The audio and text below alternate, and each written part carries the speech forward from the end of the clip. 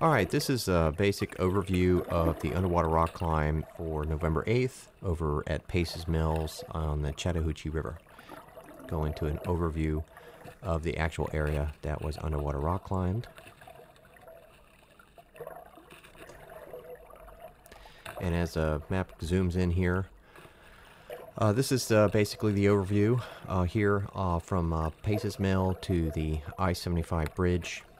Here's the circular driveway of Pace's Mills, boat ramp. Boat ramp's right around here, and then here's the stretch of water, which was we're talking about here. That goes up to the base here, just below the I-75 bridge, and then comes back here. That's the general route.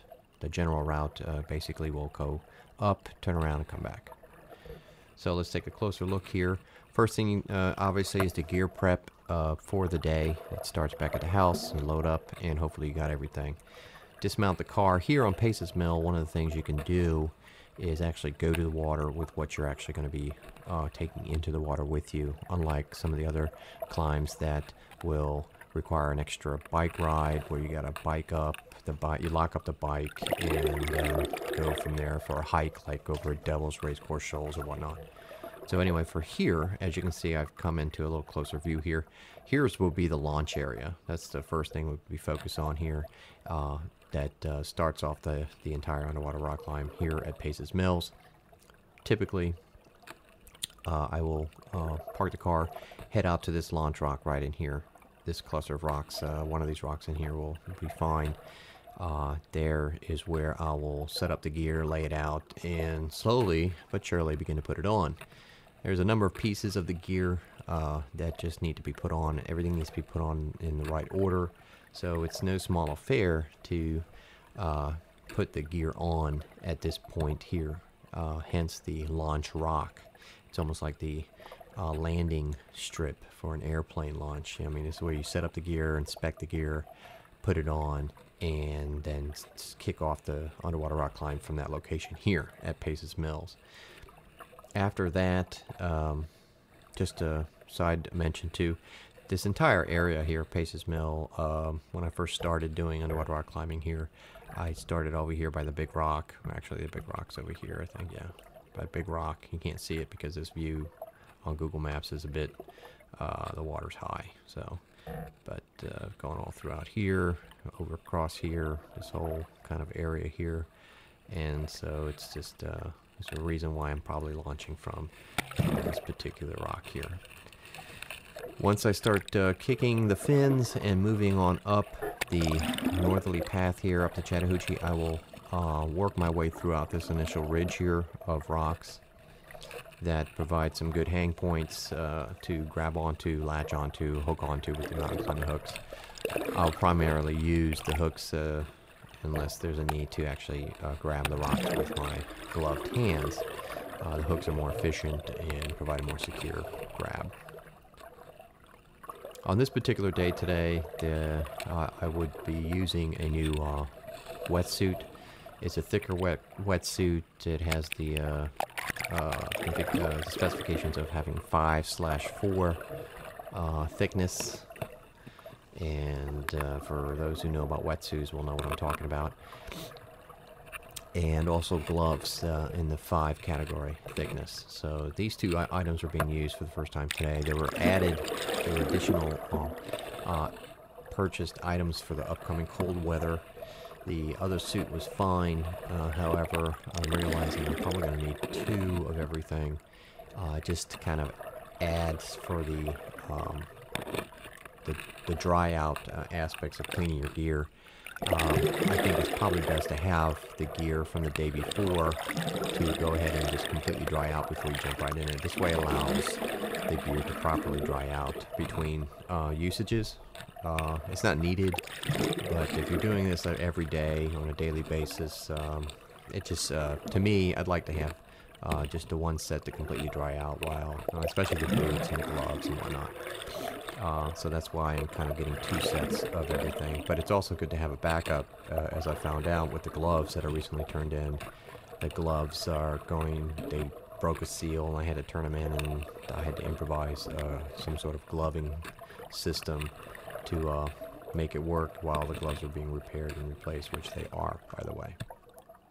So after crawling along this ridge there, I then would move pretty much on this line here, approaching this next key point of interest here would be a tree trunks root system that's been here for several years. It hasn't gone anywhere, so that's why I'm kind of referring to it here, and you can see it in the map. It's a turned over tree that kind of leans over this way, and the roots pop up here, so it's kind of cool. And when you approach it from the south here, you'll run into its branches on the water, which is kind of cool too.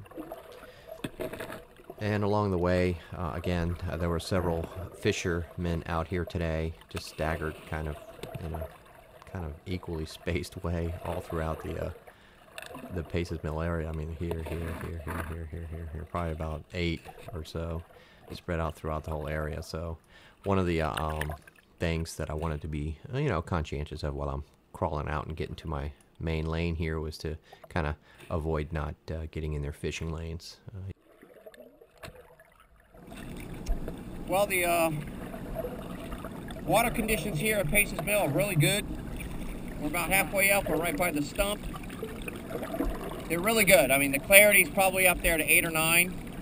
Current's low, so it's slow.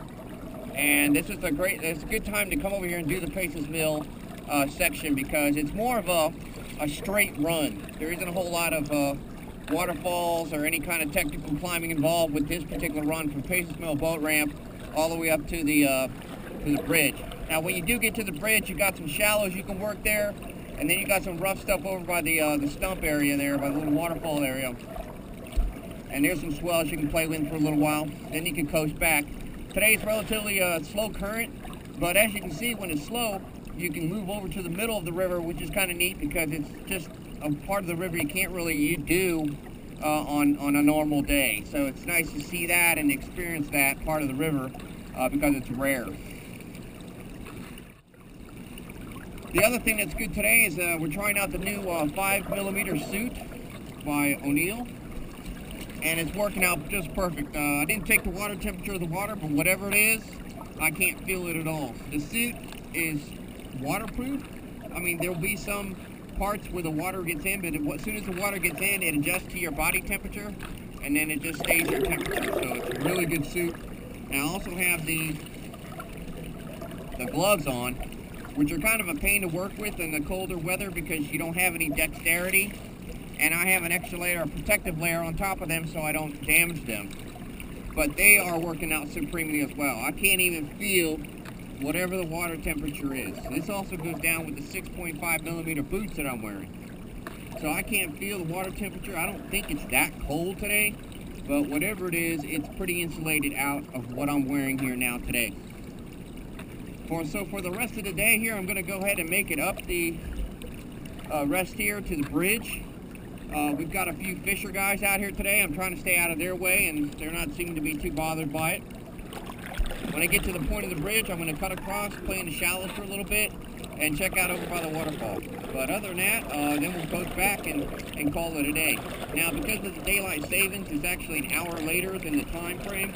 So we're actually, if you're trying to get out here at a regular time, you're going to be an hour later than that. So that's the other good thing about coming to the Paces Mill today, was that it's a later time, but because the sun goes straight down where the river, same angle as the river, you get that extended daylight as well. So it's a good place to go on the later part of the day if all the other factors such as water and clarity kick in. Let's wrap that up. Let's get on down to the end point here, see what we can do there, and then head on back.